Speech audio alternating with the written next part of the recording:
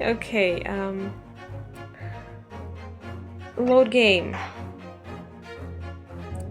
Trial first, part 3. Let's go. Yes.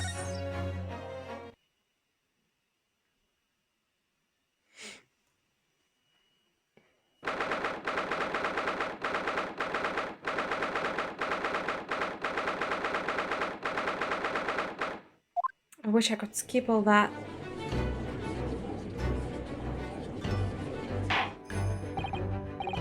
Well, I understand you are the judicial assistant to the defense, but why is the sudden ingress into my courtroom? Heh! A judicial assistant and a woman, no less. Wow, are you kidding me? Are you kidding me, dude? The rules state that females are not permitted into this court of law other than to testify. Really? Yes, I fully understand. I ask only for 5 minutes of time. I mean, rules are rules. You should not be allowed even a second. I have some vital evidence that I must hand over to the defense. Okay. Ha! You're too late, little girl. This trial has already been concluded. That's wrong. That's wrong. 5 minutes. I will not allow a moment more. But, Your Excellency! I am most grateful. Could you just hand it over and that's all? You don't even need to be here. Who exactly are you? I'm sorry, there's no time. Please, simply accept this for now. Go with me if you wanna leave. What is this? A report about something written in English? It's Jocelyn Brad's research. An English woman's research? After the trial resumed earlier, I hurried back to the university. I went to Dr. Watson's laboratory in the medical faculty and borrowed this paper. Borrowed.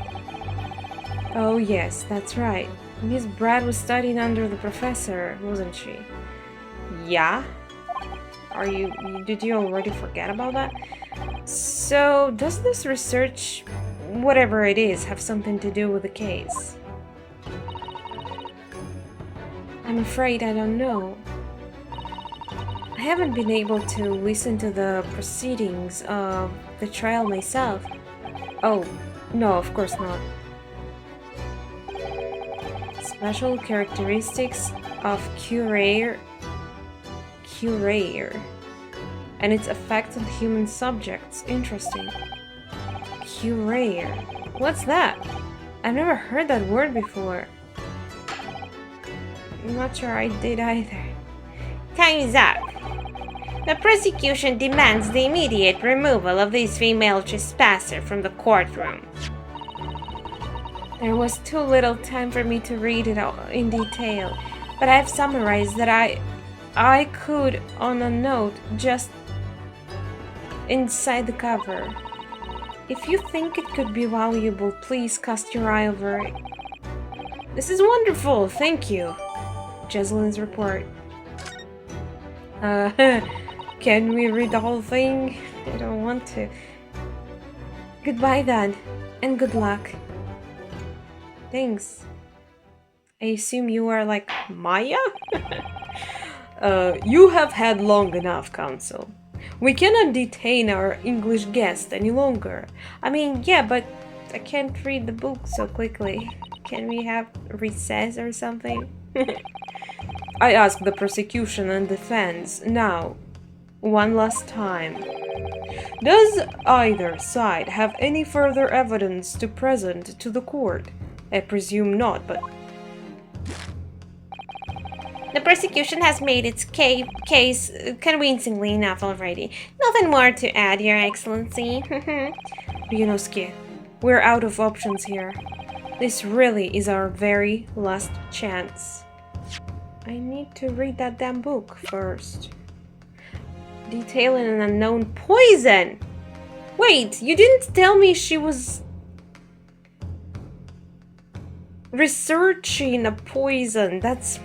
Are you kidding me? So curare is a poison.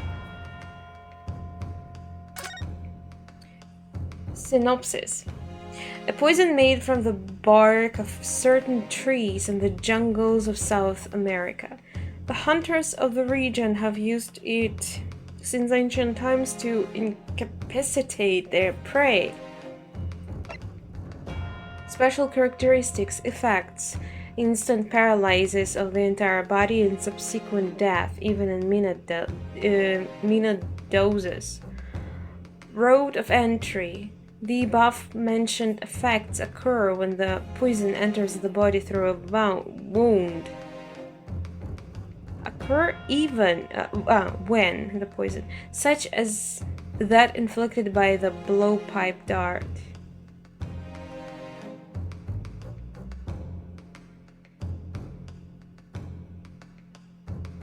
Could it be through the... no, he was already dead. Okay.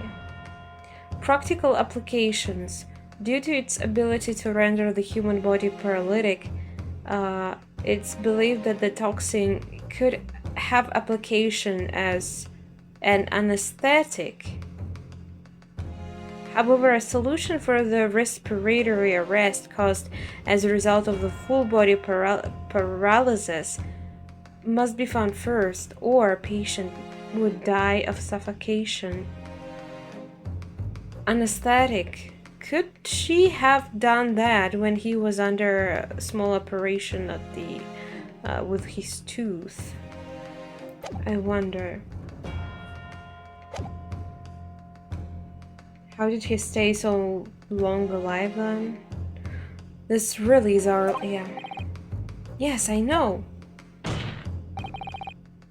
Your Excellency, the defense does have new evidence. We do. Yeah. That look.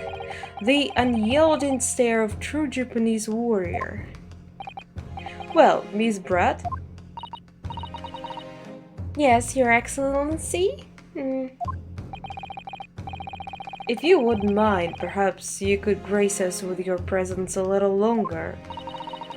It's a delightful invitation, but I'm afraid it's not so very long until tea time. Forgive me, Miss Brett. It seems I wasn't clear. I realize it was phrased as a question. However, I must ask you to treat that as an order. I like this, Judge. I've said it many times before, but the Japanese language makes no sense. My apologies, dear lady. So, Counsel, what is this new evidence that demands the court's attention? Well, of course, it's this one and only. Yes!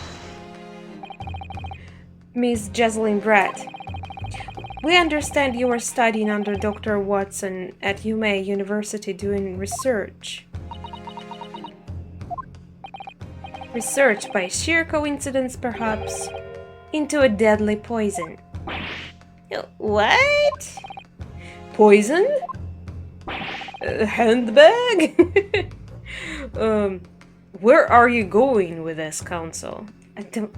Like you don't realize. A toxin known as QIWI. I wonder if I pronounce it right. Correct, Your Excellency. Even the slightest amount of this deadly poison entering the body leads to instant death. I mean... Objection! What? Complete and utter nonsense. QIWI, you say? I've never even heard of it, because it was just researched. You wouldn't have done. Yeah? What? What do you mean? I mean that you wouldn't have heard of the QIWI before for one very simple reason. It doesn't exist in our country. It doesn't exist? Correct. Which means, no matter what tests the police can do for toxins, they'd never identify a QIWI. It's actually impressive that they already then could do some tests. Like, okay, impressive. Why? Because there is no test available here that can identify the presence of this highly deadly poison. What? Say what? Order. Council, does this deadly poison truly exist? According to this report authored by the visiting research student from England, QIWI has long been used by the tribes people of South America as a poison to lace their arrows. It seems that it's reasonably well known among European doctors and scientists. What he's doing? to lace their arrows? The report states that it is produced from the extract of the tree that grows deep in the Amazonian jungle, and it was first brought back to Europe at the turn of the century by explorers. It claims that animals shot by the arrows laced with the QIWI suffer instant death. Doesn't that about sum it up, Miss Brad? Objection! Trumpery! These oppressions are utter trumpery! To start with, if the victim had been administered some of this so-called deadly poison, he would have been squirming and writhing in pain, and the other diners would have surely no... Didn't you just hear it? The victim dies in a second. There's also something about sedative effect of it, so yeah, which is kind of cool. I mean, it's if you have to kill an animal, it's one of the easier way to do this for both of you, I guess. That's true. What do you say to that, Inspector?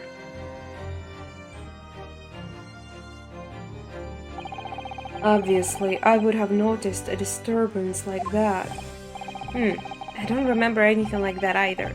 I didn't notice the professor being in any kind of pain. According to this, however, it's the other way around. Yeah, what do you mean the other way around?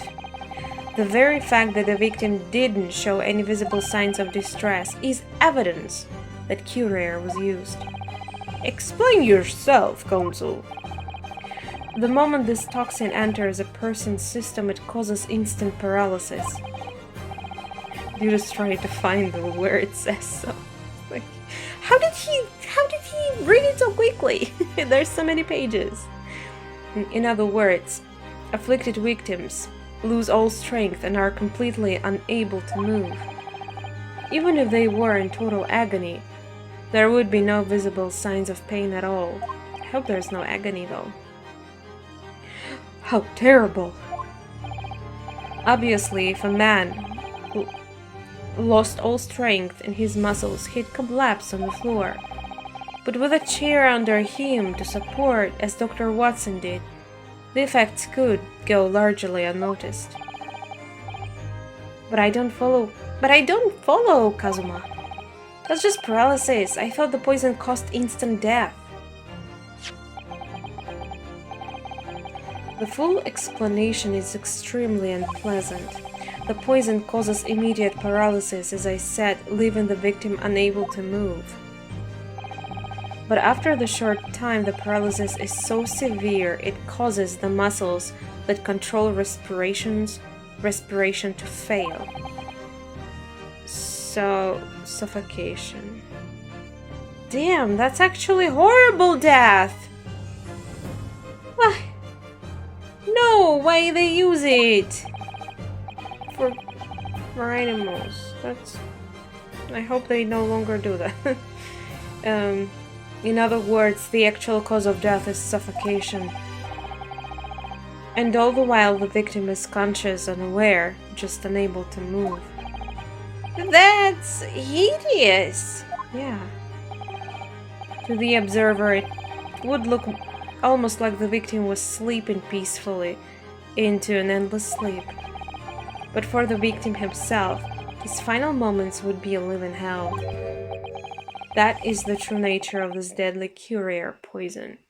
That's fucked up.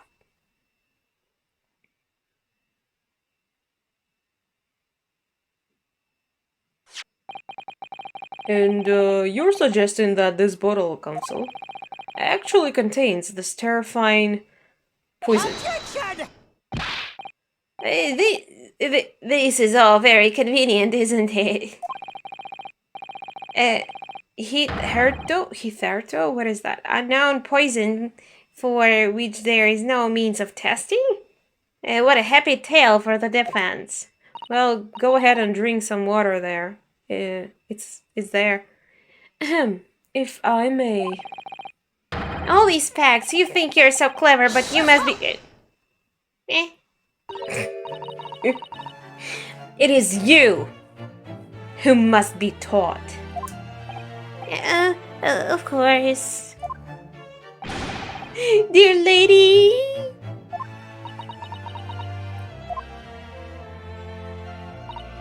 So, this is how you Japanese behave, is it? What? What? You steal another's honest hard work and then announce the results as if you discovered them. I mean, you were not the first who discovered it, other people already used it, so... I'm appalled. What a loathsome act. Well, Miss Bratt, the feeling is mutual. True.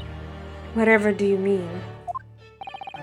Capitalizing on unfortunate circumstances of an innocent man to frame him for a heinous crime? That really is a loathsome act, wouldn't you agree? Objection! Enough of this! I, for one, refuse to accept it. The idea of some poison that doesn't even exist in the great empire of Japan is breaking the rules! What kind of rules, exactly? What's so funny? Oh, excuse me, Your Excellency.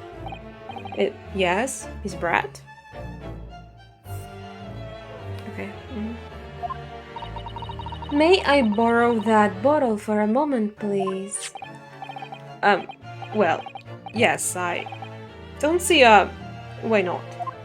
She could, like, drop the water, spill the water. Okay, she's gonna drink it.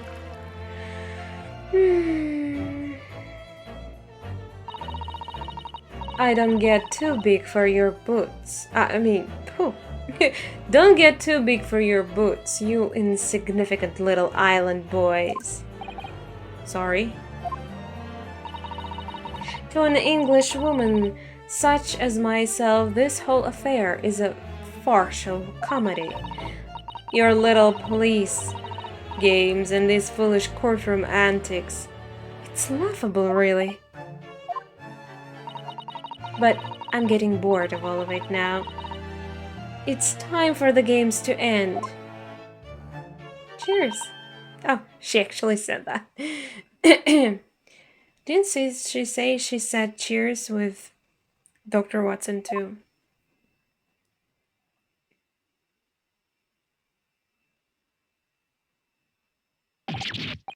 Wait, what are you doing?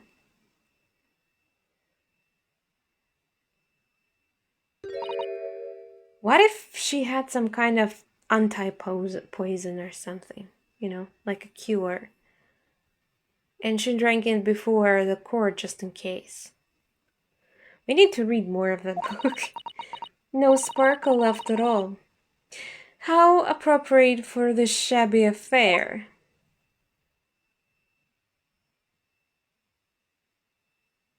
That's kind of disgusting though. I mean, I tried drinking sparkling water when it's not sparkling anymore. It's disgusting. Goodness. Whatever is the matter? You all look quite stunned. Well, fuck. We're fucked. So, no cure. The bottle was clean. Is that what you're saying? She could, I mean, okay, it's not on the bottle. It's in the glass she was carrying in her purse. Because that's exactly why she took the glass, not the bottle. Yeah? I mean, it's easier to sprinkle the poison into the glass rather than into the bottle. You look quite incredulous, little boy. But of course, that's a simple truth. Thank you for presenting the findings of my research to so concisely here in this grand venue, most kind. Ugh. Thank you, Vader. Now then, Your Excellency. Yes, Miss Brad. You should like to be excused now. I should like to be excused now, please. I think I've given more than enough of my time for the furtherance of friendship between our countries. Yes, dear lady. We are most gratified with all the assistance you have given. This doesn't make sense. There had to be the poison in that bottle. It's not in the bottle.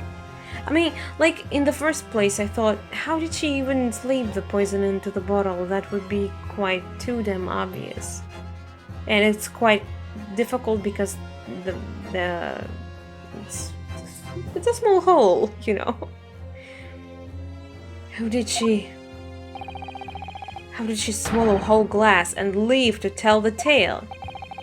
I don't understand it. Well, I suppose, if nothing else, this little Far Eastern charade will make for interesting conversation at the next party I attend in London. There has to have been poison in that bottle, doesn't there? But there can't have been, because otherwise she would have killed over dead? Eh? Is that some kind of pun?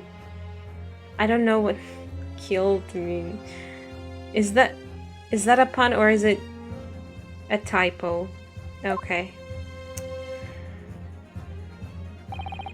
Come on, Ryunosuke. We have all the clues now. The bottle of water contains no poison, I think. It's something else. As I thought, there is no poison in that bottle. There is no... Why, Ryunosuke?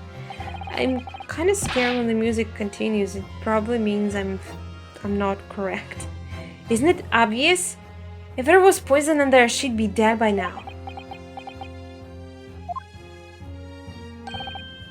Sometimes your unadulterated naivety really astounds me. But sometimes it's in need of a good staining. Until it's as dark as your uniform and the ways of the world. What? Oh, is that what this color is supposed to represent? What? I fail? You know. That can't be right. What? No fucking way. Contains? The culprit did put courier poison into Dr. Wilson's carbonated water.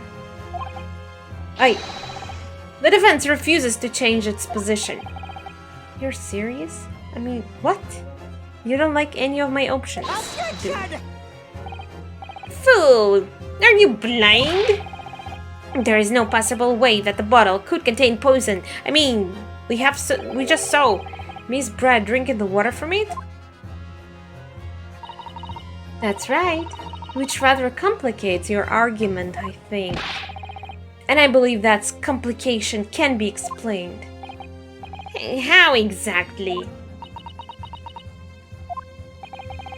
I need to think through all the things that don't quite add up here, one by one. I'm sure the answer is in the evidence we have in the court record somewhere. It has to be. No, very well. If the defense truly intends to assert this claim, then I must ask you to support the assertion with evidence. What explains how the witness was able to consume this purposely poisoned water unscathed? Unscathed?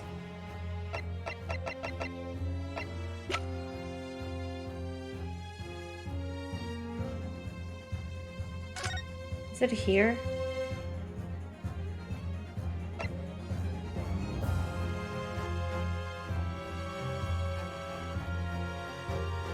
The above-mentioned effects occur when the poison enters the body through a wound, such as the inflicted by the blowpipe, but it says nothing about drinking it. So, but why did she take, well, she just wanted to hide her presence in the place. That's why she took the glass. Human body. So, it's here? I guess? Yes! No? The answer to this riddle is right here in Miss Bratt's own research report. Objection! That's not a valid explanation. No? Wait, what? After all, we don't speak English. That report is utter gibberish. Dude. This impudent young scoundrel is trying to ridicule the court, Your Excellency. I'm not trying to ridicule anyone, honest. I'm just reading subtle... Fuck. Wow. Okay. Something opened. Okay, sorry. Reading Susato-san's notes.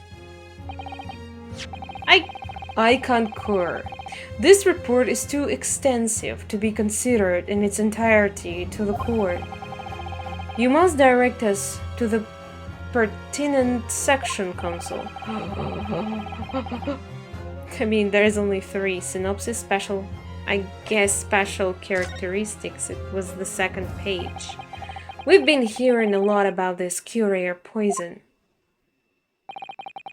And it's left me curious about something. Oh, Counsel? Well, it sounds as though the indigenous hunters have been using this poison for years and years to lace the heads of the arrows that they shoot at whatever prey they're hunting. So we've been led to believe that, yes. And the poison of hunting is to catch prey to eat. The point, to eat. Get to the point, please. But if they were to use these laced arrows, doesn't that mean there would be traces of poison left in the prey the hunters were going to eat? Yes, good point. So surely the hunters wouldn't want to eat their prey, would they? Because then they'd be eating poison. Good gracious, Consul. No, that would be madness. But I actually found the answer to that conundrum in this research paper here. Under special characteristics, it says this. The poison starts to work after entering the body through a wound. Through a wound, you say? I see, that makes sense. Yes. The mention of that particular detail seemed a little strange to me, though. But it all makes sense when you interpret what's written like this. When courier enters the body through an open wound, it has terrifying poisonous effects. However, when it enters the body via the mouth, it has no poisonous effects whatsoever. That's so damn interesting. Like, wow. What? Miss Bratt, you authored this research. You knew Curier's special characteristics, and you knew that you could make a spectacle of drinking that water without any danger to yourself. I mean, yeah. What if someone else poisoned it, but she drank it knowing that? Yeah. You meddling little... Who? Well, Ryunosuke, turns out you're an even better lawyer than I thought you'd be. Excuse me? Really? Me? A lawyer? Objection! Wait, didn't you plan to? Oh, all this poison talk is fascinating, I'm sure. But I fail to see how... So, the ill-bred little puppy has a new toy to play with, some facts he read in a book. But I'm afraid knowledge doesn't suit you, little boy. It only makes you look silly. What are you trying to say? Your schoolboyish logic has a fatal flaw. Is schoolboyish? Flaw? As even your brain has managed to deduce QIWI is safe to ingest. It seems likely that its effects are neutralized by the acidic nature of the gastric succus. Oh, yes, well, of course. Gastric suckers. What are they? Gastric suckers. Oh, he's so cute. I can't. I mean, so you knew that woman and you didn't mention it to the court, so why? So, if this lethal poison is completely harmless when drunk, the professor wouldn't have died when he swallowed it, would he? Yeah, you caught it. He had, well, I mean, he had that... It wasn't a cut, but it was a burn. Would it be possible to induce the poison through a burn? But we figured out, hey, we figured out he was already dead at the point he was burned because he didn't make a sound, but the description of the poison says it has immediate effect, so it still could have happened through a burn, I guess. Hey, that's right. Good gracious. That's basic science that even a schoolboy should be able to understand, no? I want to slap her in the face. Order! The logic holds. If the lady and the professor drank the same water, they would be affected in the same way. Are you trying to suggest... Yes, this QIWI poison is completely irrelevant to the case on trial. No, I disagree. That's right. Surely even a little cockroach like you could understand something as simple as that. Wow, she's getting angry, eh? What is this? Welling up inside me. I've never felt like this before. You want to slap her, don't you? It's a sort of conviction to break down all the discrepancies. It's so intense, almost rage-like. And more than anything else, it's an animalistic desire to take down my prey. Objection! Oh! There we go. I don't think so, Miss Jeslyn Brat. How dare you use that tone with me? Wow, that mask is huge for some reason. You know very well that there is no fatal flaw here. You know exactly why, even though both you and the victim swallowed the same poison. You are alive, but Dr. Wilson is dead. Counsel, I'm sure I don't need to remind you. You must provide compelling evidence. As we now know that the poison is completely harmless when ingested, why would Dr. Wilson alone have been killed by the QIWI? I'm an idiot. It wasn't the burn. It was because of his tooth operation. It was an open wound in his mouth. God, I'm an idiot. Where is that? That, I guess... Take that! As Miss Bright so readily pointed out, she drank the same water as the professor. However, there was a fundamental and fatal difference between the two diners. Fatal difference? A handbag? The toxic effects of QIWI is only felt when the poison enters the body through an open wound. So, for a healthy person with no injuries, drinking it is completely harmless. But what if there was a wound inside the mouth of the person drinking the poison water? Inside? Yes, like the wound you might have if you had just been to the dentist and had a tooth extracted, for example. Eh? Oh! Miss Brad, you have acknowledged many times in your testimony already that you were well aware of Dr. Wilson's dental appointment that day. Ah! So that's it. You used that knowledge to orchestrate this.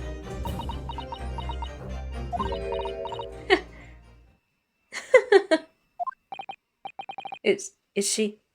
Yeah, I think so. Laughing? I mean, I thought just... Okay. I thought she's gonna have a breakdown. I don't like to repeat myself, but honestly, I can't resist. These childish courtroom games and your half-baked arguments are all so puerile. What do you mean? Don't worry, little schoolboy. You'll find out soon enough. Eh? Eh? You see, when you leave vital evidence lying around, you never know what might happen to it. You bish. I mean, it could just sleep. Dude, do something! A damn detective, I can't believe. I can't... Oh dear. How careless of me. Well, you could probably still be caught with a glass, and there probably is still some poison, so let's see if you will by mistake do that. I don't know. I have a feeling. I'm afraid some crucial evidence may have just been tragically destroyed. No! What a bitch. What is it? What just happened? It's the English woman. She just smashed that bottle and what a terror. What? I mean, doesn't it kind of prove her... She literally just destroyed the evidence on just this one thing. She could be, you know, it's against law, at least now. Pretty much sure. So... Officer, what are you waiting for? Collect up as much of the water from the broken bottle as possible at once. I mean, it's dangerous. If he cut himself, he'll die. You're wasting your time. This delightful carpet under my feet was a gift from the British Empire. I assure you, it will soak up the water beautifully. You have neither the technology nor the presence of mind to recover it. Detective said they did get some samples to test. What if they had some left?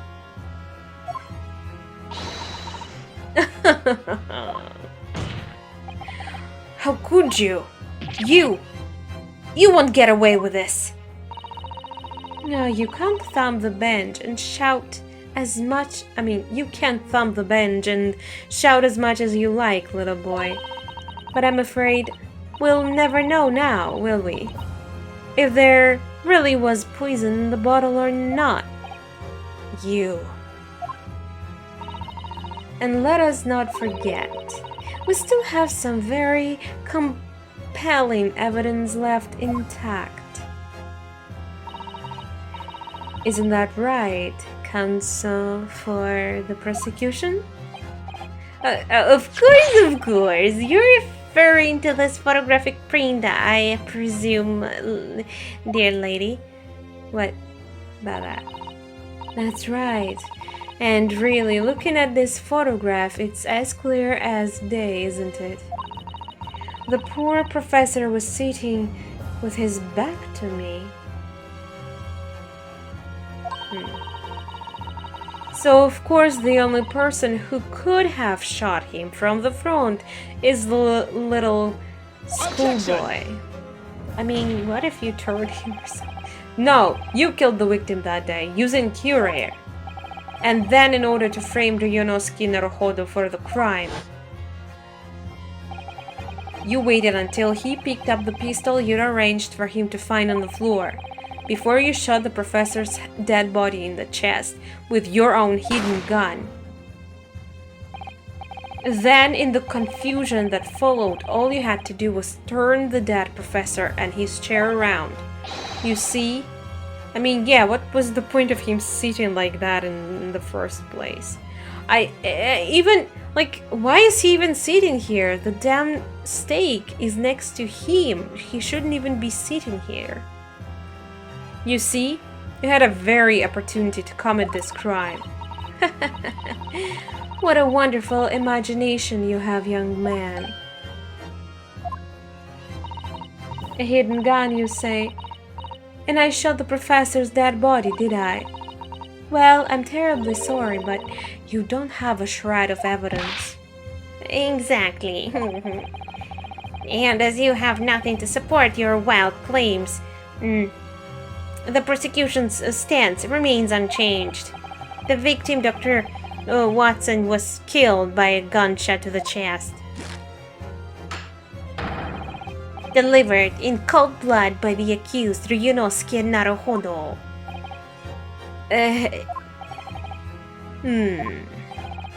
This is unbelievable. How can this be happening? We had her, but now... Is she really going to get away with this? The way she destroyed that evidence was obscene. Ryunosuke. Yes, we have come this far, but now you are the only one who can finish it. What do you mean? We have lost a vital piece of evidence, it's true. So if there are any clues left for us to use now, they must be in your head. In my head? You told me before that your power of observation were the one thing that could have really depend upon. You could, I guess. Well, yes, that's true, but I didn't manage to notice that this woman was a foreigner with a swan on her head. Maybe... So think back again. Try to remember every last detail about the scene that day. Everything you saw, everything you left, every color, every smell. What I saw, what I felt. Every color.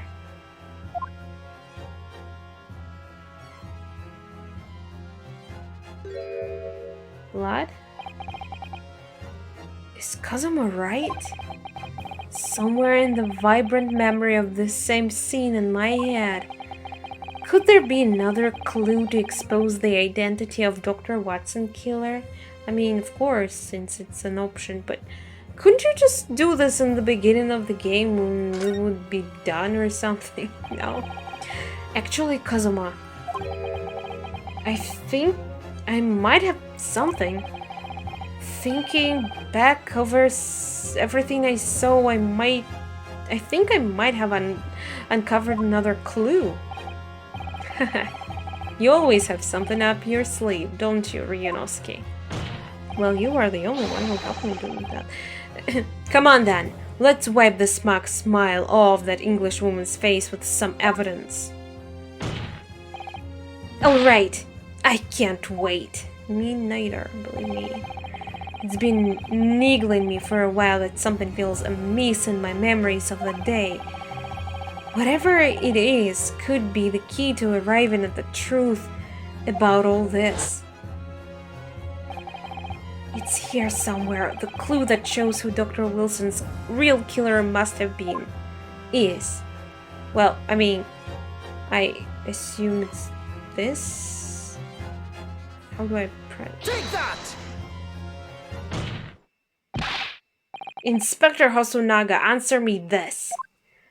This is kind of random. You just I don't like this term. Like, we just go about evidence and stuff, and then you're like, oh, I remember suddenly something that I totally didn't remember the whole time.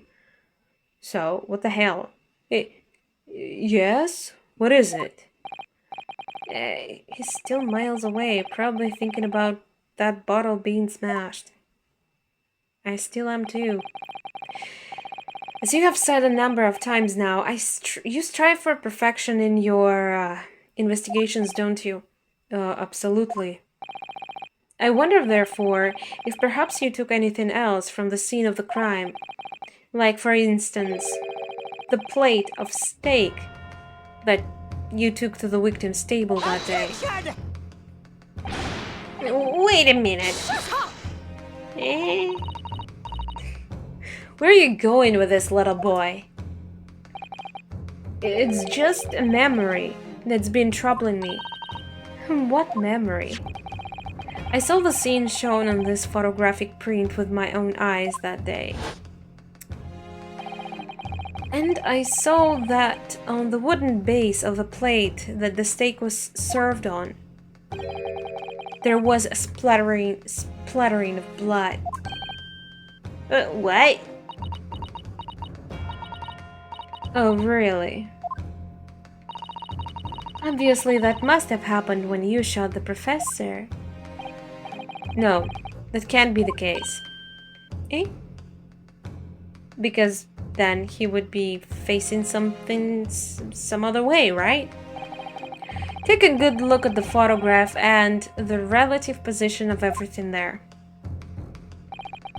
The plate of steak is almost directly behind the victim. If I'm supposed to have shot Dr. Watson in the chest from the front, there's no way that the blood from the victim could have ended up directly behind him. Yes. For blood to have made it onto the plate, it implies that the plate was between the victim and the shooter, which means the shooter must have been sitting opposite the professor as you were, Jessalyn Bratt. I beg your pardon? Objection! This is beyond ridiculous, fabricated nonsense. Is the court seriously expected to believe something that the accused has apparently just remembered seeing? Hold it! Well, maybe we do have an evidence for that. This could be the moment that my entire career in the police force has been leading to. Inspector, you mean? Yes, I took the plate, in the interests of preserving evidence from the scene of the crime. Well, we are so damn lucky that we had this dude, because... yeah. I mean, kinda lucky and also not... okay. I took it, meal and all, and I don't care if they call me a crime scene thief because of it. You did what? I took the steak that you had been eating, Miss Bratt. I took the steak that the sergeant had been eating. Sergeant? Which sergeant? And I did it all in the name of justice. Then we can find out for sure. Is that like gumshoe? Gumshoe sure did change. When we can find out for sure, then we can find out for sure whether or not there is a blood stain on Miss Bratt's plate. We must examine it now.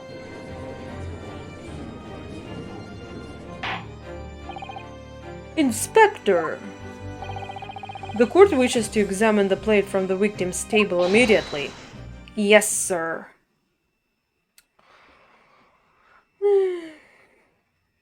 Is there blood? Tell me there's blood. There's no blood. Sorry for the delay. Here's what you ordered. The steak. Well, what about the blood? Is there blood on it? Blood. Of course they're seasoned. Quickly, Inspector. The blood, man. Show the court. The blood, man. Man. I don't see blood. Of course. Examine the plate at your leisure. Leisure? No blood. No. You said that the sergeant was eating the steak too. Maybe she exchanged the plates after the blood was spilled or something. No blood anywhere. But no, that's impossible. I know I saw it, I'm sure of it. It was right there on the table behind the professor. It was blood on the side of the plate.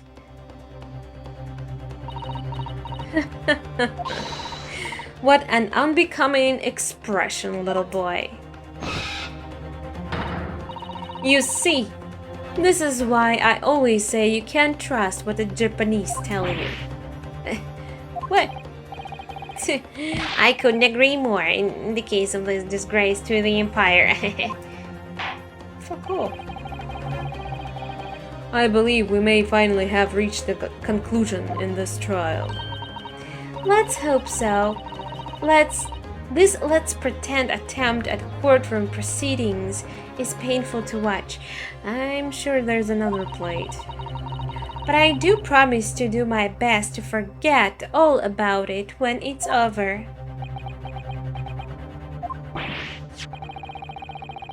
Heh. This sorry-looking steak reveals the facts all too clearly. If the sorry-looking accused wishes to examine it again, be my guest. Ordered. It was removed from the victim's plate after the incident. Was the plate I saw, or thought I saw, just a figment of my imagination? This is it now. I've lost. Bionoski, it's not over yet. Not until the final gavel? Huh? Never stop believing in yourself. Keep looking forward, no matter what. No, yeah. Believe in myself, really? Maybe I should at least examine the evidence for myself. As the evidence requested by the defense has not been shown to be problematic in any way, I presume any further examination of evidence in this trial will be unnecessary. Does the defense have any objection? That bloodstain was going to clinch the trial for me.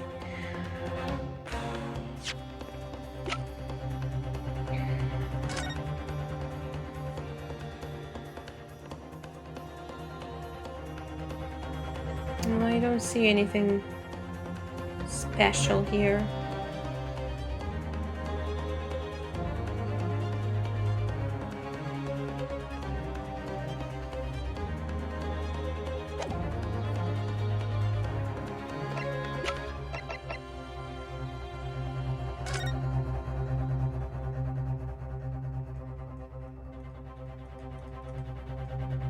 It does look the same, to be honest, so I don't know.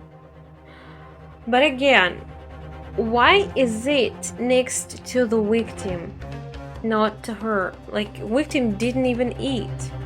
I assume she just... When the blood was spilled and everyone started, panicking, she exchanged the plates with someone else.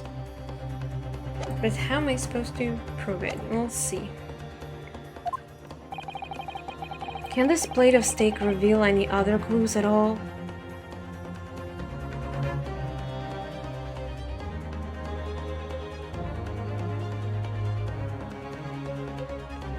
don't know. Nothing.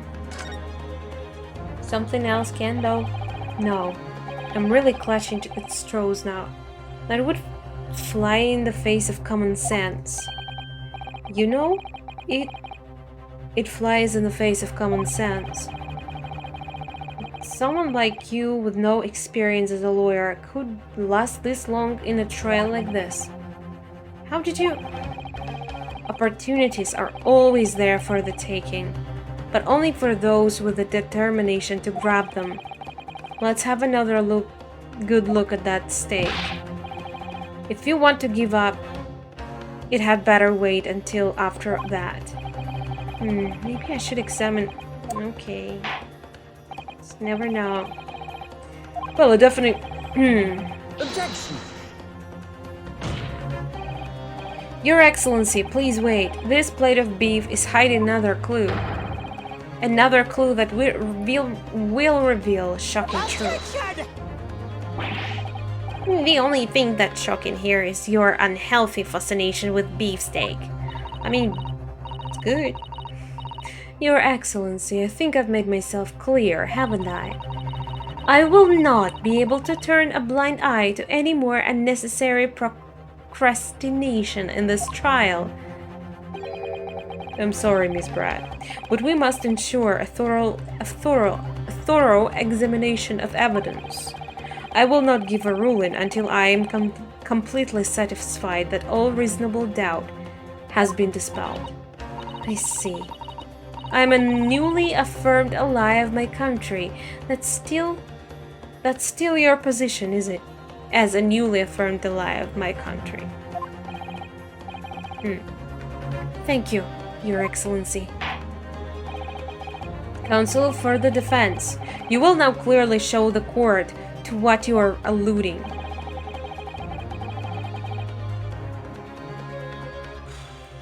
Wait, maybe it's the...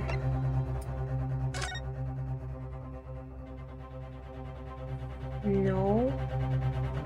The handle...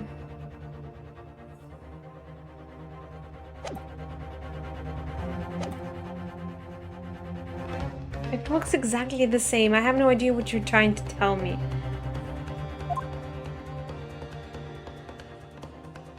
What? I don't know. What?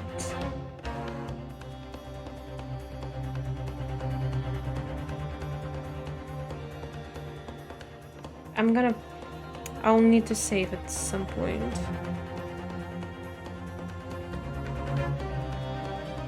Wait, I can't even check.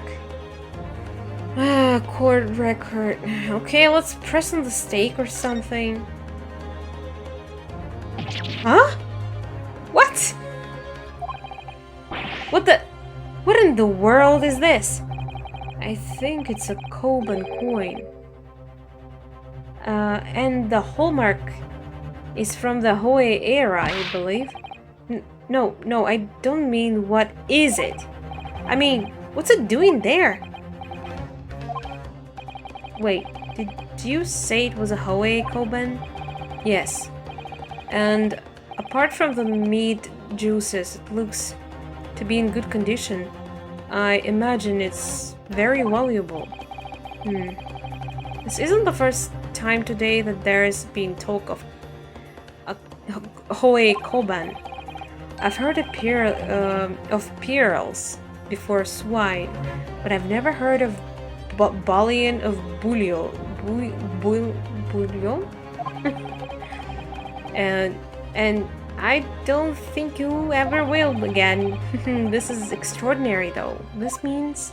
What does it mean? What? What is it? I certainly never expected to find a precious coin underneath this thick cut of meat. And it's from the Hoi era, too. That would make it really quite valuable. It's well marinated in the juices as well. Look. What, are you thinking of eating it? No, but the next time I order a steak at that expensive restaurant, one thing's for sure. My heart's going to be racing as I lift up the meat and peer underneath for a prize. I don't think... What is it even? I don't... I think you might have the wrong end of the stick about this, Ryunosuke. Koban coin underneath the stick. There's only one logical explanation. What?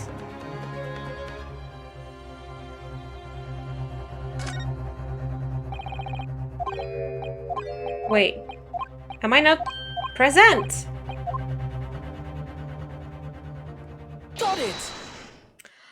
Oh, so oh, there's another button for present. So first you can examine it and then you can press. Oh, good thing that I didn't press present earlier. Okay. Good gracious, that's... Eh, Koban? What on earth? Hoy Arrow 1, Arrow that. Miss Bratt. This is in fact the beef steak that you ordered at the restaurant on the day in question, is it? I don't think so. It's someone else's. And he hid it. Under the steak. Yeah, right. That one of the antiquity guy, he lost it. And the other one, he stole it. Tell me, why is there an old coin seemingly hidden underneath the meal? What a ridiculous question. How should I know? I've never seen that thing before in my life. I don't know what this is, but I want no part of it. Objection! I fail to see how this is relevant. A coin under the meat? It could simply have been a careless mistake by the chef in the moment of distraction. Objection! Yeah, sure. Yeah, huh? Don't be absurd. We're supposed to believe that this happened by accident in the kitchen. A rare Hoi Koban just happens to be hidden underneath that piece of steak. If this turns out to be irrelevant to the case, I'll rip up my ticket to Great Britain right now. He's right. It can be a coincidence. Your Excellency. Yes, Counsel. A rare Hoi Koban just happens to be hidden underneath that piece of steak. If this turns out to be irrelevant to the case, I'll give up my lawyer job right now. Wait. By all means, don't let us stop you. No one invited you anyway. Wait, I was invited. I'm the one who's judged here, so... Perhaps, little boy, you should realize that it is you who is relevant. Even though I'm the one on the trial here? Yeah, exactly. The point is, it's essential that we ask the owner of this coin if he can explain what it's doing under the steak. The owner? Yes, it's obvious. There is only one person it can belong to. Yeah. The owner of the Koban that was found underneath the beefsteak is... this old dude. Take that! Obviously, it can only be the antiques dealer, the owner of Rasutei Kyuryu Kurekuto-san. Cutie? Is it Mr. Cucumber something? Honestly, these ridiculous Japanese names are quite unfathomable. Ah, yes. The old man who testified earlier alongside the military surgeon, correct? Yes, Your Excellency. I remember him saying that he was up to something with his Koban coin when it happened. At exactly the moment the gun was fired, he was looking for it. The gunshot interested me not. I was far too busy on the floor. Too busy on the floor? Sorry, what were you doing? Hunting for treasure. Indeed, the Hoi-era Koban, my prized coin. Then this Hoi-era Koban Do you mean to tell me? Attention! No, no, no, no. Please, why would Kurikuta-san's koban be sandwiched between the victim's beefsteak and its plate? It makes no sense. Yes! Yes. Which is why I'm asking to bring Kurikuta-san back to the witness stand so we can ask him. That's gonna take forever. I already know the answer. Bring both witnesses that testified earlier back in here. Without a moment's delay. Okay, fine. I can't believe we have come back round to that pair again. But I have a hunch, strong hunch, that if we chase down the real significance of this koban, we'll find that it's a key element to this case.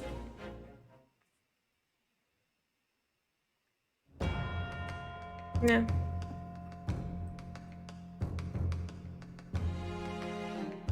Now there's 4 people here.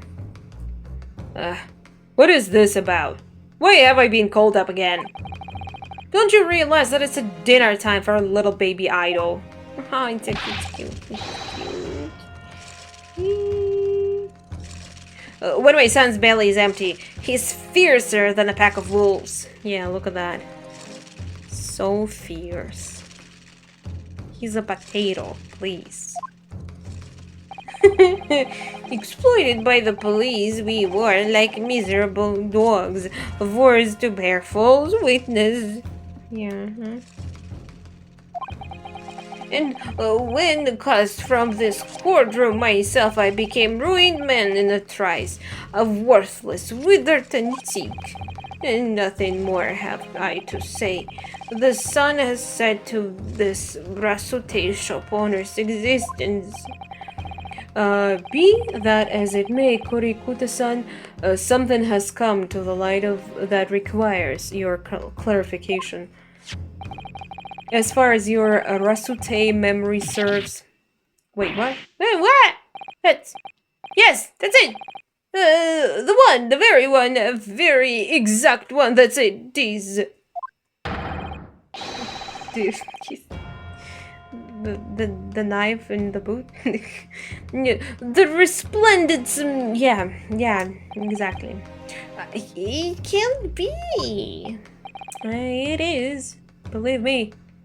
As I thought. Young man, enlighten this decrepit old fool. Put me out of my misery. Where was that treasure? My treasure. Where was it dropped? Oh, I'm not sure if it was dropped anywhere. We found your coin sandwiched between a beefsteak and its plate, soaking in the seasoned meat juices. Sandwiched? Soaking? Seriously? Clearly. It couldn't have fallen there by accident. Which means somebody must have hidden it there on purpose. Somebody concealed my holy treasure between a slab of meat and a metal plate. Who would do such a thing? Such an unconscionable thing.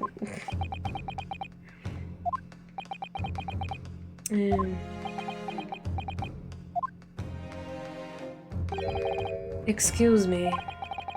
Could I say something? Yes, of course.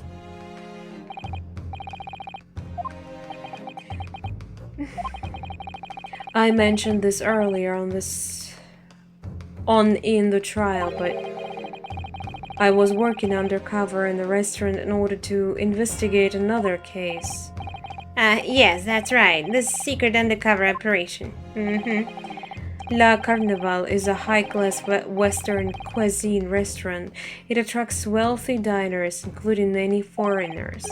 Recently, there has been a run of similarly executed thefts, targeting the restaurant's rich clientele.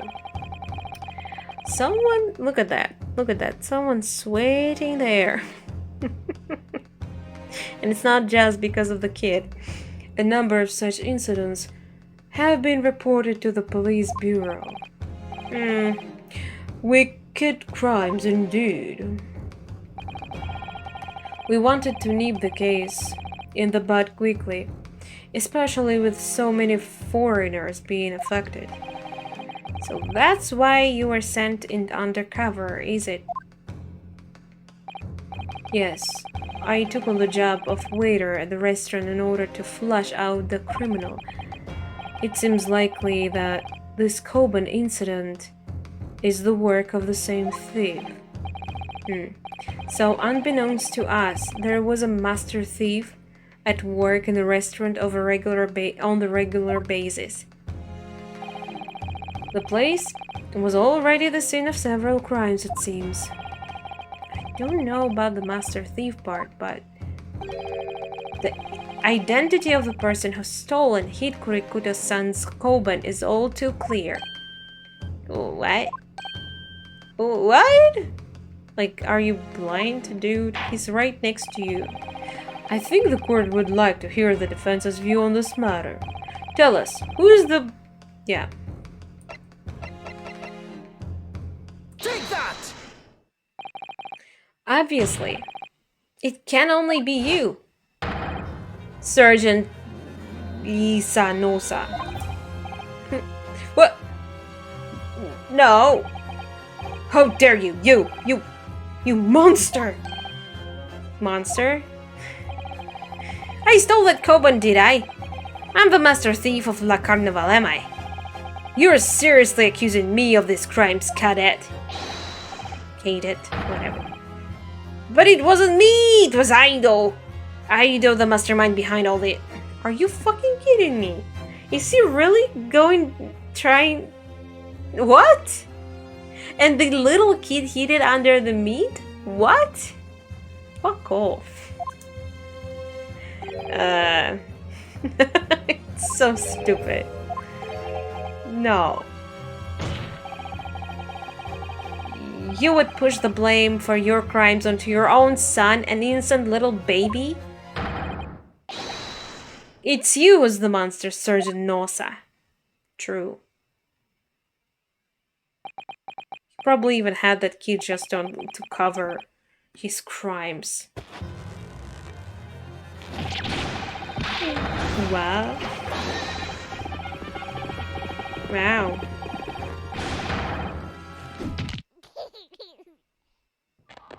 The baby's cute.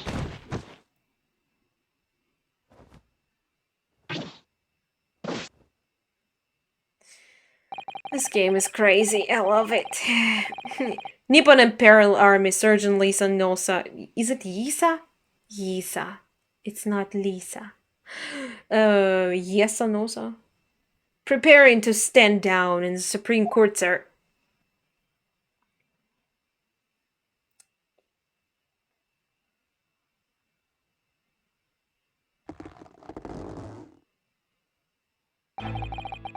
Do any of you know of the extraordinary low wages of Nippon Imperial Army pays those in expect to keep our country... Oh, you're gonna tell us the sad story. Yeah, I mean... Lots of people struggle, but not all of them go and steal. I understand that the temporarily increase in taxation owing to the recently ended conflicts remains in place, and I have heard it's hard to lower ranking soldiers to make a living, yes. All I want is to put a hot meal on the table for my son. Is he already eating hot meals anyway? He's... Okay. That's why you are stealing things at the restaurant? The place is heaving with money. Every 3 days, I'd go there and do reconnaissance for a target. Like, what? I thought he was, probably only one steal would bring him quite some money. Wait, why every 3 days? And I enjoy chomping my way through a good steak at the same time. It sounds like he doesn't bother with a knife and fork, even. Which is... worryingly believable. And your target that day was the old man and his koban. Yes, sir. He wasn't easy, Mark. I slipped the coin into my pocket without any trouble at all. A veritable phantom thief you are. They did it. I can't believe it. I was all set to leave the steak I was halfway through devouring when it happened.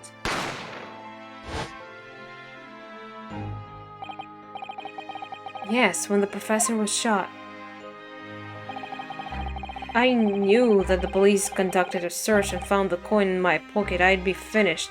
I too. So I hid the incriminating evidence as fast as I could on the double. I slipped it under the steak, hoping that I'd be able to rendezvous with it again at a later date. How? Like, at a later... Like, yeah, restaurants keep the food there after you leave. And when you back, they will give it back to you.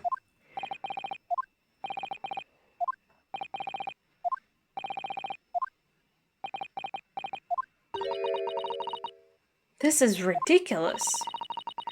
Perhaps you could carry on with this absurd prattling in your own time.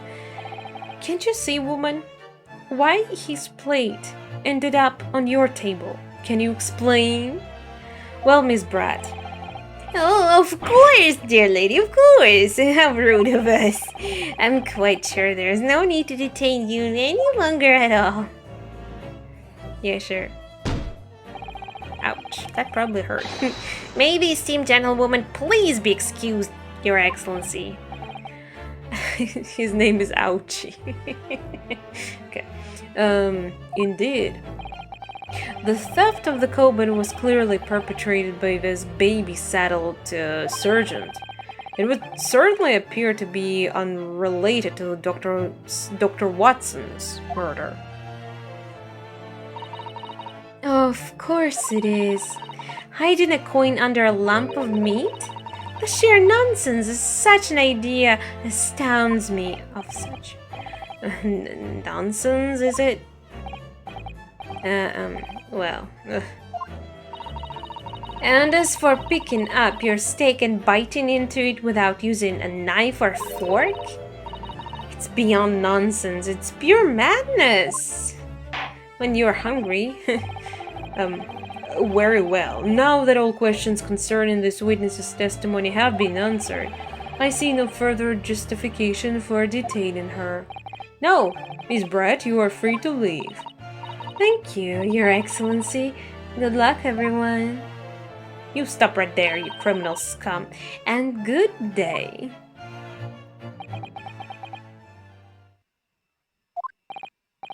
Ryunosuke, what's the matter with you? This is no time for daydreaming. Oh, no, it's just something about Miss Bratt's parting words. There, got me thinking. I can't quite work out what exactly, but something she said jarred with me. I feel like there was a contradiction in there somewhere. Something didn't quite add up. Huh? If that's the case, don't just stand there thinking, make your voice heard. Sorry? You can think later, but if you don't call out now, it will be too late. The trial will be over. Yeah. Hold it! Stop sleeping. Wait, Miss Bratt.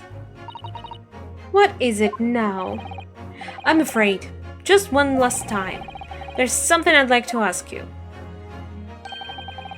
I'd like you to explain the contradiction in your parting words from just a few moments ago. What are you talking about? What contradiction? Objection! What new stupid nonsense is this? Well, what parting words are you talking about, Ryunosuke? What? I also don't... Hiding a coin under a lump of meat astounds me.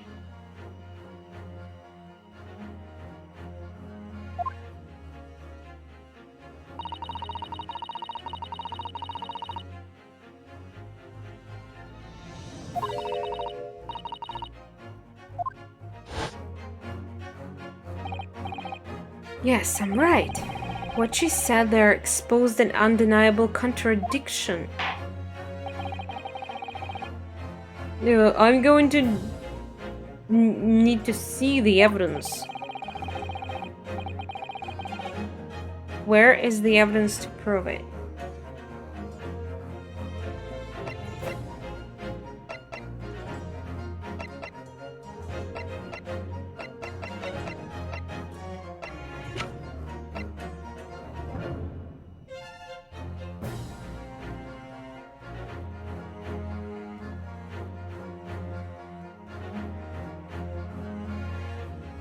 Take that! No? The steak that Miss Brad had been eating before the professor was killed, yes? More accurately, Your Excellency. The steak that was on victim's table just before the professor was killed. Yeah, and now you're just splitting hairs. Not true. Doesn't something about the steak strike you as very unnatural? Unnatural? What on earth do you mean? It's extremely obvious. I'm talking about the shape of the edge. Where it's been eaten. I see you have noticed it too, Miss Brad. Noticed what exactly, Counsel? Just a few moments ago, Miss Brad claimed no Englishman could even contemplate picking up a steak and biting into it without using a knife and fork. Of course she did. She's a refined English gentlewoman herself. Then take a good look at this steak. In particular, the edge where it's been eaten. Those are huge bites, like, wow. I'm not sure it's actually possible to... Okay. As you can see, there are clearly defined barbaric teeth marks there. Oh! Oh! It looks like Miss Brad has realized something. So, if the witness, as she claims, wouldn't contemplate eating anything without using a knife and fork, there shouldn't be teeth marks on the steak at all. Also, I mean, not just that. It's exactly... Wait, why is there a coin under her steak? Which makes no sense.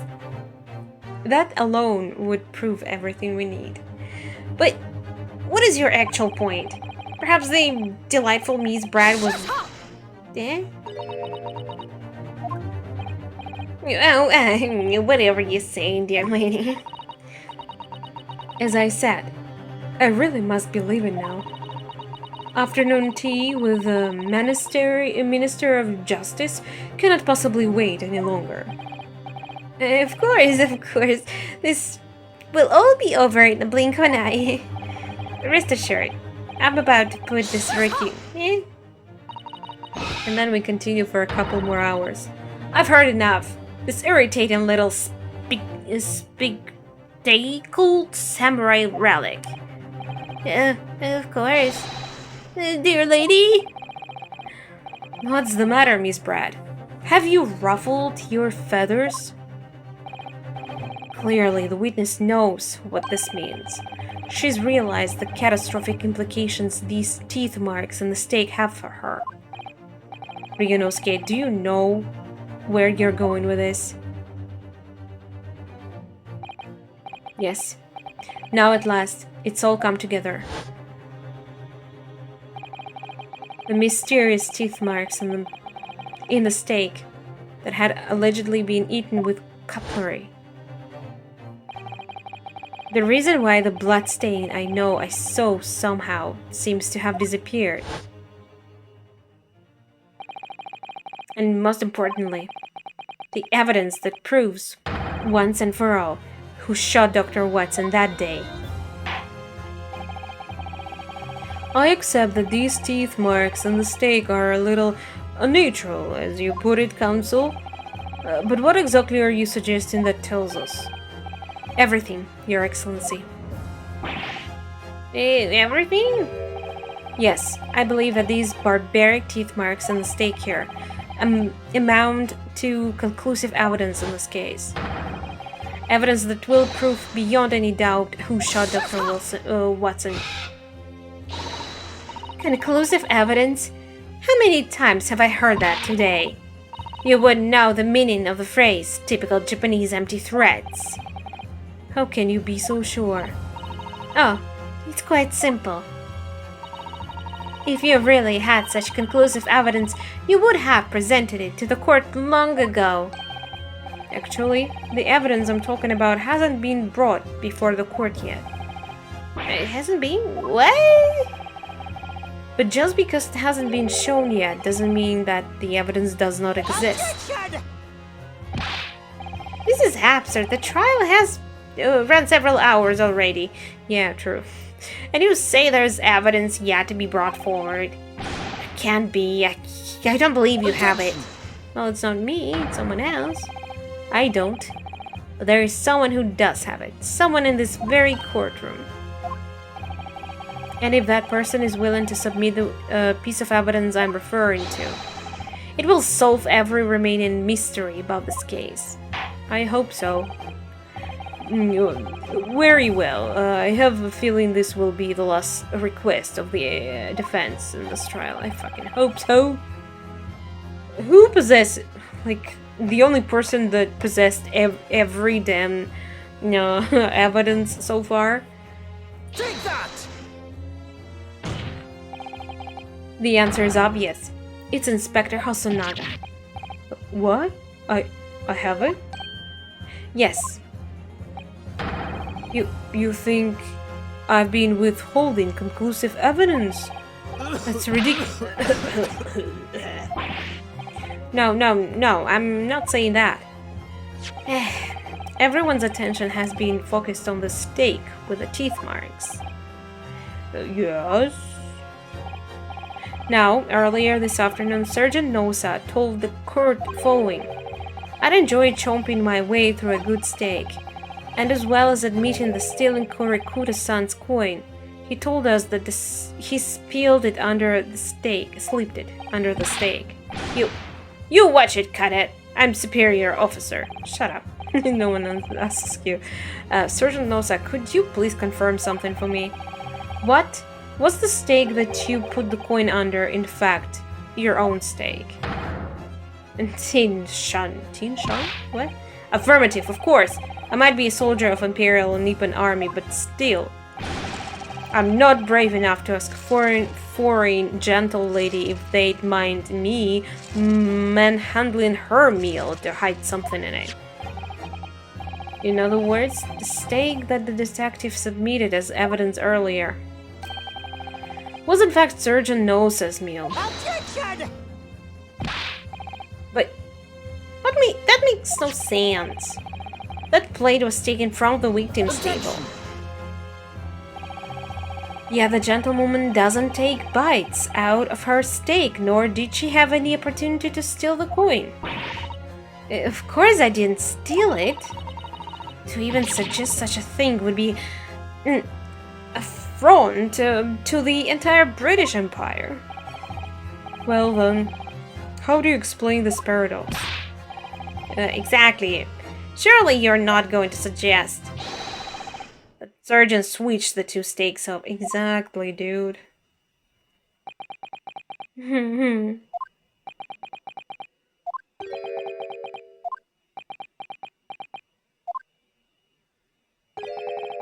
You did switch the plates. Oh, Nosa did it? Well, after it happened, oh, okay. I thought she did it. To hide the blood stain. Okay. When I saw the civilian had been murdered right in front of my eyes like that, I panicked. As I said, I immediately lifted my stake and hid the coin underneath it.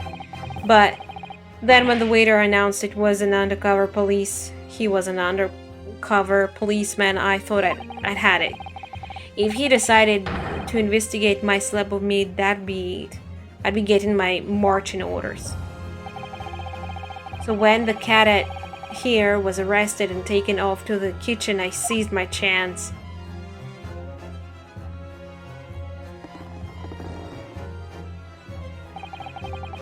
With military precision and timing, I switched my stake with the one of the foreign lady's table. What? You can't have. I never saw you do such a thing. It was called Operation Lightning Bolt. There was no time for strategic planning. It was do or die, I tell you. So yes, I did what had to be done. Unbelievable!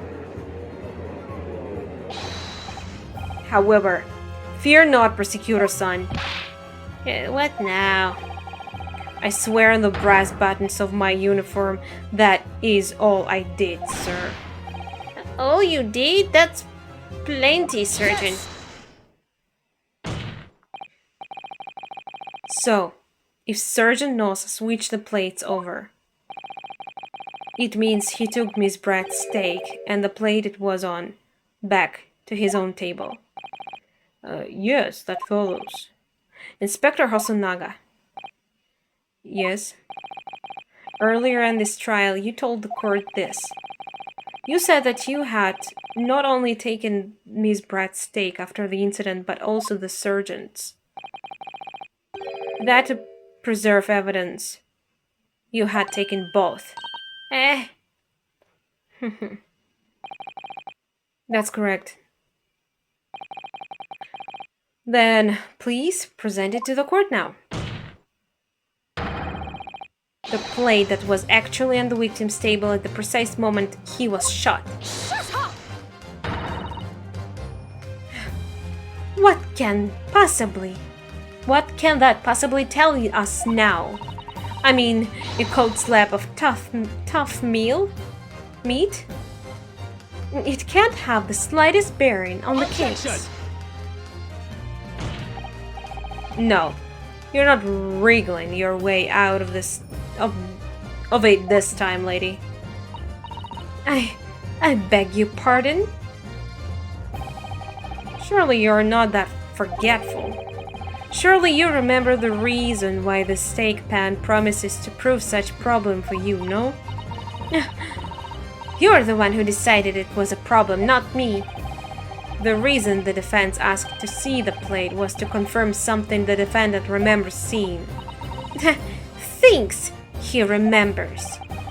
I'm quite sure of what I saw, Miss Bratt. On the side of the plate there was the table directly behind Dr. Watson. There was a clear splattering of blood from the gunshot wound to the victim's chest. I believe the defendant's memory serves him well.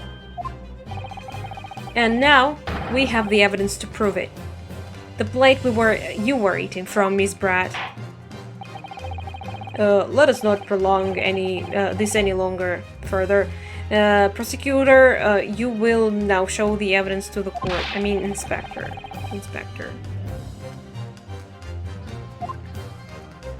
Just do it, dude. Just do it.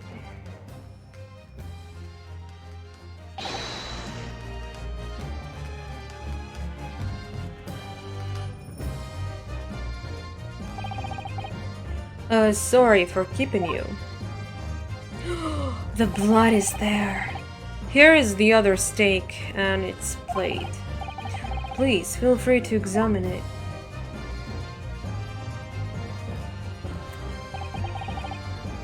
The blood steak. Strange. I don't understand though. Look, the beef is actually cut straight. I don't get it. Look at the court evidence. It was already changed, I guess. Examine. Yeah, it's already changed. Fuck. Close it. You keep opening stuff.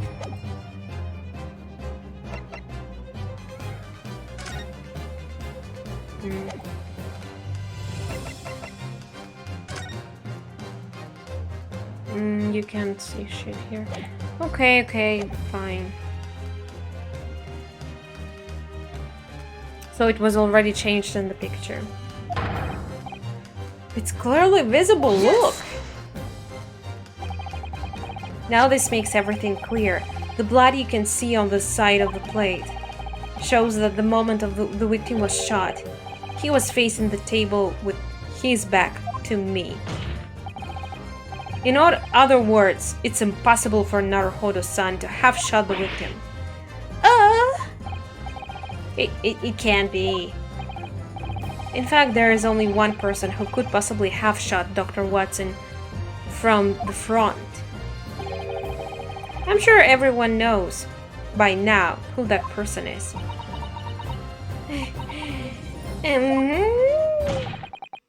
That's right, Miss Jessalyn Bratt. It's you. Someone's gonna have a breakdown.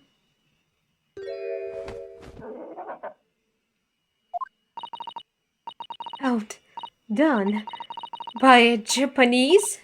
Me? By a Japanese schoolboy? No, no, no!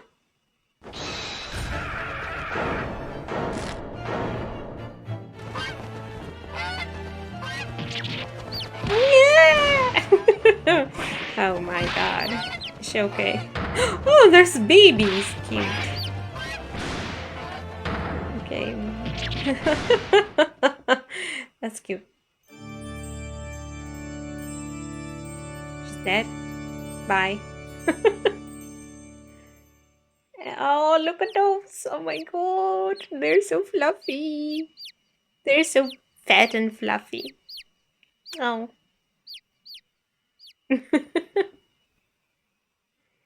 Okay. We're back. Please excuse my little outburst. I briefly lost my composure. Most unbecoming behavior for an English gentlewoman, forgive me. Well, Miss Brad, I think it's time you told the court what actually happened that day. The truth, it's time. Gladly, Your Excellency. Oh no, she's gonna do some shit again. And we'll have to... Stop. It was I who took the professor's life using QIWI. Oh! As you, Sir Mist, I chose that particular day for one very important reason. The professor had a dental appointment for extraction of one of his teeth in the morning. So you planned to kill the professor, knowing that no trace of poison would be found in his water. Because QIWI is unheard of here in Japan.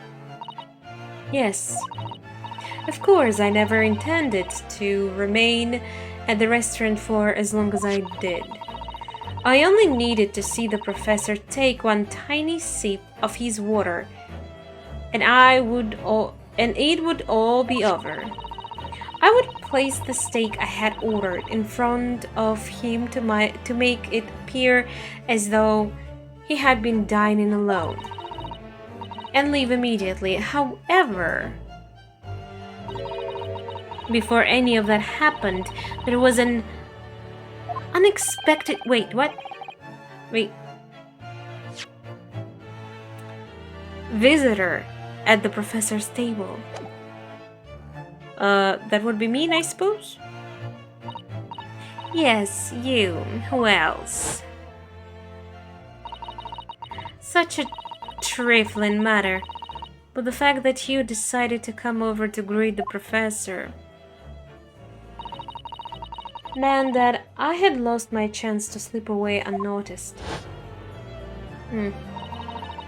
In due course, the professor took a sip of his water and was paralyzed. I made sure he was sitting in his chair such that he wouldn't fall.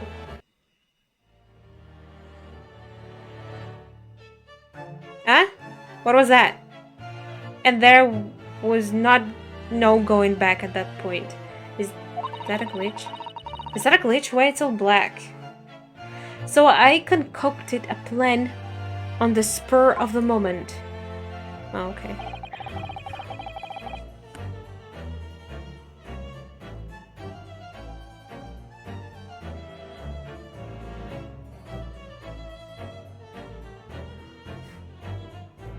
Sorry. That was loud. Some shit fell on my so-called mic. A plan to pin Dr. Wilson's murder on this innocent man. How did she carry a gun or something? Two guns at that because she had to drop one and shoot with another. I happen to know that the professor always carried a gun. I decided to use that fact to my advantage. I had the bottle of Courier in my handbag, and my own pistol concealed under my skirt. Under your skirt? So I was right, there were two guns. Yes. And then I finished my coffee and got up to leave. That's when I noticed the professor's gun, which you had presumably placed on the floor. Placed where you were sure that I would notice it. Like, I wonder how no one else noticed her taking something from his pocket, putting it on the floor and stuff. Like, really? There were only a few people there. I think you would notice things like that. Even in the crowd, like, oh, come on. And everything went according to plan. You noticed the gun as I intended. And then, just as you bent down to pick it up, bang. That's when you shot the professor with your own gun. Even though at that point, he was already dead. Naturally, the gunshot caused the commotion, at which point the waiter appeared. Obviously, I assumed Norohodo-san was the culprit and apprehended him. I took him to the pantry that adjoins the kitchen and locked him inside. That's when I took the opportunity to turn the professor and his chair around. Because, of course, you needed to make it look like the defendant had shot Dr. Watson from where he'd picked up the gun. Again, no one in their right will would turn the table to the chair like this to talk to someone for a second. Like, if the chair doesn't spin by itself, no way.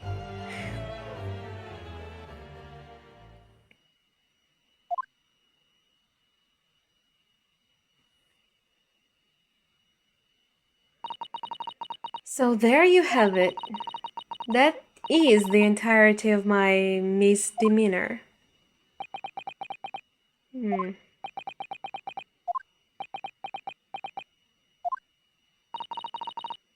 Your Excellency. Yes? I wonder. Might I speak with you in private later? Huh? I shall call on you. Why? Would she want that? Thank you. Good day then, everyone. Ah? I hope you can forgive me, Naruhodo-san.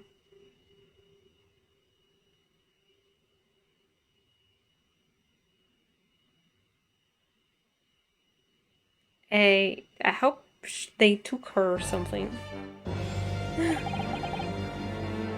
It kind of felt anticlimactic with how kind of calm she was most. Like, she had a small outburst, but that wasn't really much. It would seem. This trial has finally run its course. I presume the prosecution is in agreement? This can't be. Tsuchiyo, she does not lose. No, it's always the first time, you know. Not to the likes of this rookie student. You'd better start getting used to tough opposition. What? Yes? This insult to the Auchi family name will never be forgotten. Well, it was your fault. You've become conceited with age, Council. But the old have to stand aside and make way for the new. It's the way of the world. May you never forget that. Don't kill me. Wow. Yeah, that suits you more. Wait, I wonder if this guy's kinda is like Edgeworth. Are we gonna be not friends later? 1,000 millennia may pass, and still the Auchi clan will never measure up to the Naruhodo clan. Wow. True though. This trial in the Supreme Court of Japan will, I believe, go down in history as the start of a new chapter in our country's judicial system. Despite being summoned as the accused, Yurinosuke Naruhodo presented an excellent case. Hey, thank you, Your Excellency. The use of evidence and the deduction of to unravel the truth is modern methodology. After all, it has only been a few short decades since our country opened its doors to the wider world. But the Western ideas of science are rapidly gaining acceptance here. I feel sure that science will soon bring new methods of investigation and new procedures of justice. A new future of law awaits. But what it will look like, I cannot begin to imagine. That is for the young to pursue. Kazuma Asogi? Yes. After this trial, you are set to embark on a journey of discovery to the illustrious British Empire. Learn all you can, absorb everything of the wider world that you are able to. And do not forget to fulfill the mission imposed upon you. I understand, Your Excellency. What was that about? Why do you look so grave all of a sudden? Never mind. What was that all about? Now I'm all intrigued. As for you, Ryunosuke Naruhodo... Oh, yes? In you I sense, how can I put it, unusual potential. I very much look forward to seeing how you carry that onwards. Thank you, Your Excellency.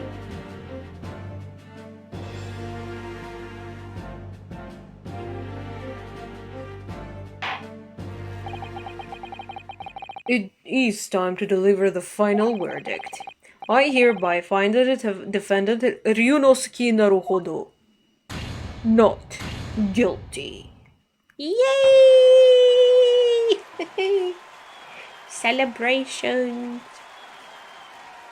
Wow. For a second I thought there was no ceiling, like it was endless. This court is now adjourned. Finally! God, that took some time. It was just the first trial. Yeah.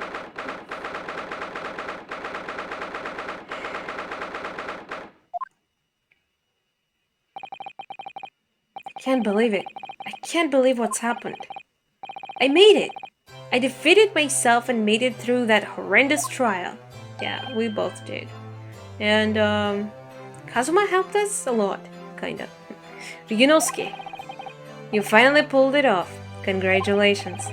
Well, I couldn't have done it without you. Thank you, Kazuma. No, it was a pleasure to watch you at work. So, you owe me an extra large sukiyaki from the place on Yume University Street. Don't forget. Yeah, all you want. My life was on stake, so... Good afternoon. All your hard work has certainly paid off. Who's that? Ah, okay. It was good. It was a female. Susato. Congratulations to both of you for proving Naruhodo-san's innocence. Our trusted judicial assistant. You worked hard for that result too, you know. Oh no, I didn't do anything. Thank you so much. If we hadn't had that research report of Miss Bratz, I don't know how things would have turned out. Well, you would definitely be gone now. Your kind words should really be for my father. I was simply doing as he asked. It was his idea for me to go to the university and investigate. Your father? Ah, yes, of course. Forgive me for intruding on court proceedings, Your Excellency. Susato Mikotoba, Judicial Assistant to the Defense. Speaking of Mikotoba. Ah, there you are, I believe. Congratulations are in order. Yeah, naruhodo. You did an excellent job. Thanks, Professor. Oh no, it is I who should be thanking you, after all. Your efforts exposed the true criminal that took the life of my good friend. Good friend? Oh, yes, you mentioned that before. It was you who actually invited Dr. Watson to Yume University, wasn't it? I have a feeling that wasn't just... Okay. Yes, that's right. Professor Mitakoba studied overseas himself. He went to study forensic medicine in Great Britain. Presumably, that's when you met Dr. Watson? Exactly. In those days, we worked together in the same hospital. Oh, you worked together? I never heard you mention that before. Well, it was a long time ago now, besides... It's your turn, Asogi. Great Britain is a magnificent country. It leads the world in science, medicine, engineering, culture, and of course, in law. Watch and learn, my boy. See what's happening in the world's largest melting pot. I will. I'll learn all that I can. I swear on this, the spirit of the Sogi clan. You're not taking the sword to the Great Britain, are you? Yeah. Of course I am. Are you sure you want that? A Japanese man's katana is his soul. This blade shows me where I need to go. And cuts down anything what's in my way. Do you really use it, like, aside from making sandwiches? Yes, I've definitely seen how sharp it is already with my own eyes. That reminds me, what's happened to that woman? To Jocelyn Brad, I mean. After all, she's guilty of murder. Ah, yes, her. It's not easy to tell you this, but... What do you mean? Surely she's going to face trial herself now. Surely she's going to face trial herself now. She's the true culprit after all. She will be leaving Japan in the very near future. For Shanghai. What? Shanghai?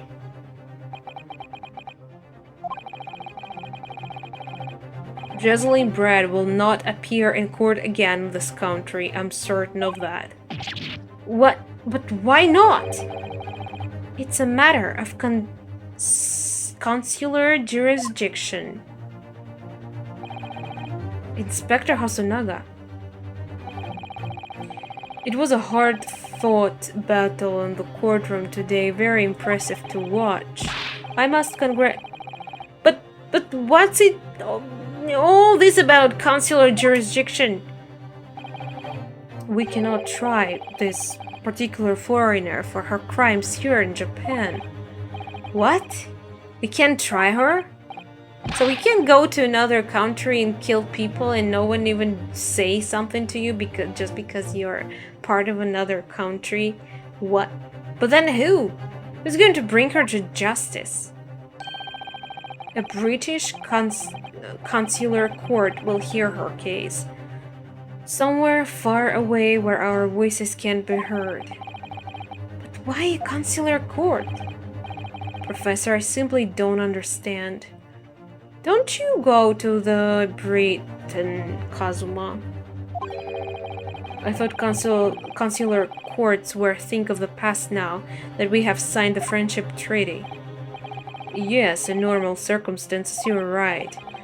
Then, so long as this is not a serious incident of a highly political nature to our respective governments, they can't invoke a consular court just like that. Oh, can they?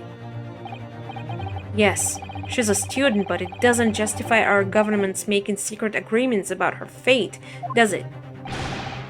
Something strange is going on. So Miss Brett can't be held accountable for her actions here in Japan. I'm afraid that for the young student, today's trial was nothing more than a game all along. There was never any danger to comeuppance for her? I don't know that word. Comeuppance? Comeuppance? I don't believe it. That's fucked up. Don't tell me we'll have to fight her again at some point. The British government's Foreign Affairs Ministry has demanded that we hand over custody of Miss Bratt. They are obviously taking this case to a foreign student committing murder very seriously. Why is she going to Shanghai then? I don't understand. It's not in Britain. But it's all going to change from now on. We can make it change. We can make it change. This is a time of great turmoil. This new era, heralded by the start of the 20th century. One day, I have no doubt, that woman will receive the judgment she deserves. Yes, change is coming, and we are the ones driving it. Well, I think that's enough seriousness for now. This evening calls for a celebratory drink. But, Professor... You're right. This is no time for gloomy faces. We should be celebrating Ryunosuke's not guilty verdict. Let's start having some fun. Yay! In that case, might I suggest La Carnival? Are you still working there? As the head waiter, I should be delighted to provide you with ample food and drink. Oh, so sweet. You're a detective, Hosonaga-san, are you?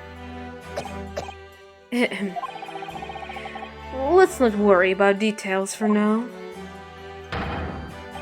To La Carnival, will you accompany us, Professor? I'm very worried about this guy. Of course, La Carnival's food is second to none. I shall go and attend to the paperwork for Naruhodo-san's release. Oh yes, thank you. So everyone's gonna celebrate while she'll be doing the job? Come on, dudes. So Jocelyn Brad won't be tried here. I suppose that means I'll never know. I'll never find out why she killed Dr. Watson. Or, maybe in some future, Kazuma. Yes, Ryunosuke. I just wanted to say thanks again. That's all. You really saved my skin today. I didn't do a thing. You were the lawyer in there, weren't you? The defense was all on your work. Your skills made the difference, though. One day, I bet you'll be the best lawyer in the world. I'm not so sure about that. To be honest, something kept occurring to me over and over again during that trial. I couldn't help thinking that maybe you are the one destined to become a great lawyer, not me. What? Come on, be serious. If I helped you today, it was only right at the very start of the trial. But you have a natural talent for it. For being a defense lawyer, I mean. Oh no, not me! All the tense verbal combat, I never want to go through that ever again. I did what you told me to, that's all, because I knew I could trust you. That's the point. Sorry, what do you mean, that's the point? Listen, Ryunosuke. Do you know what the most crucial weapon in is that any lawyer needs in order to win? Knowledge of the law? No, the ability to believe. To believe? To believe what? A defense lawyer has to fight for his clients. He has to believe in them at all times. Like you believed in me when I said I didn't do it. I'm human, just like you. I don't have some superhuman ability to know the truth. But you have to make a choice about what to believe in and stick to it when you're defending someone. Sometimes in the courtroom, you can really be backed into a corner, but being able to remain faithful to what you choose to believe in, even then, well, that's not something that anyone can do. It takes a special kind of person. Believing in your client. That just look at today's trial. I'm a student lawyer with precious little real experience, but you never stopped believing in me. Well, you face seemingly hopeless situations time and again, and you never stopped looking for the truth. And because his life was dependent on that. And in the end, you found it through your own efforts. And because you never stopped believing in me. Thanks, Kazuma.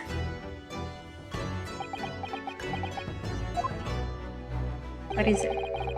There's something I want to ask you actually, Ryunosuke. Well, it's a favor, really. Something very important to me. It sounds serious. What is... Hosonaga? Ah! You're still here, are you? Oh, Inspector Hosonaga? I've arranged some risk shows for us. Risk... What is that? Let's go. Thank you. We'll be right there. Let's pick up this conversation again later. We shall be celebrating right now your first court victory. And your study tour to Great Britain, don't forget. Ah yes, that too. Yay! Of course we won't be able to participate in that celebration. What a sadness. So my very first trial came to an end. A lawyer was born. Kazuma, Professor Mikotoba, Susato-san, who acted as my assistant. Assistant? I mean, she literally showed up at one moment. Inspector Hosonaga, who didn't really play much of a part, but still. Really? It was because of the help and support of all these people that I managed to get through that trial. I have a feeling that Hosonaga is kind of a gumshoe here. He's a detective.